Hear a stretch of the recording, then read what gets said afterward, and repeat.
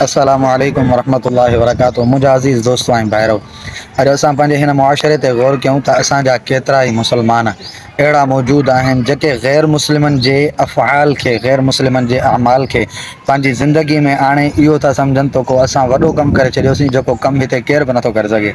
यादि रखे छॾियो मुंहिंजो अज़ीज़ भाइरो, इस्लाम जी तालीम असांजे लाइ बिल्कुलु वाज़े ऐं ख़ूबसूरत तौर ते मौजूदु आहे। कंहिं बि मुस्लमान जे लाइ इहा शइ दुरुस्त न आहे जो उहो ग़ैर मुस्लिम जे अमल खे फॉलो करे, बल्कि हिकु मुस्लमान जे लाइ सभ खां ख़ूबसूरत ज़िंदगी प्यारे पैगम्बर जनाब मोहम्मद रसूलुल्लाह सल्लल्लाहु अलैहि वसल्लम जी ज़िंदगी आहे ऐं मुस्लमान खे उन खे ई हलाइणो आहे।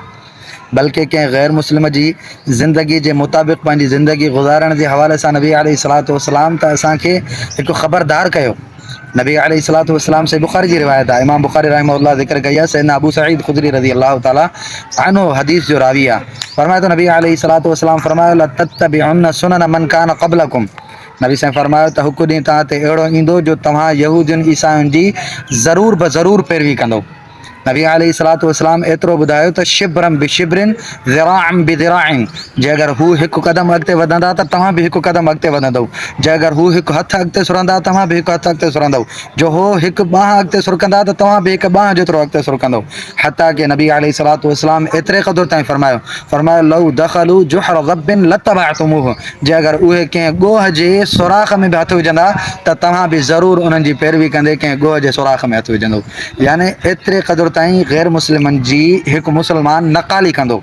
इहो त हिन हदीस जे अंदरि असांखे ख़बरदार कयो वियो आहे त इन मुस्लमान खे ईअं न आहे करिणो, बल्कि हिकु मुस्लमान खे पंहिंजी ज़िंदगी में उथण में, वेहण में, घुमण में, फिरण में, सुम्हण में, हर वक़्तु नबी अलैहिस्सलातु वस्सलाम जी ज़िंदगी खे फॉलो करिणो आहे। ॾिसणो आहे त इन वक़्तु नबी साईं छा कयो आहे। अॼु मुस्लमान ईअं नथो करे। मुस्लमान हिकु हिकु शइ में ॾिसे थो त अग़यार छा था कनि, ग़ैर मुस्लिम छा थो करे। जे अगरि हिकु मुस्लमान जी वारनि जी कटाई आहे त उहा बि ग़ैर मुस्लिम जे मुवाफ़िक़, जे अगरि हिकु मुस्लमान जी ॾाढ़ी जी कटाई आहे उहा बि ग़ैर मुस्लिम जे मुवाफ़िक़, जे अगरि हिकु मुस्लमान जो लिबास आहे त उहो बि ग़ैर मुस्लिम जे मुवाफ़िक़, हिकु मुस्लमान जो अमल उथण वेहण घुमण फिरण हर शइ में ग़ैर मुस्लिम जी मुवाफ़िक़त आहे।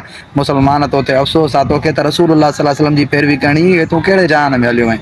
अल्लाह ताला शाला असांखे सही माना में प्यारे पैगम्बर जी सुन्नत खे अपनाइण वारो बणाए ऐं यहूदियुनि ईसायुनि जी इन नकाली खां बचाए। अक़ूलु क़ौली हाज़ा वस्तग़फिरुल्लाह ली व लकुम।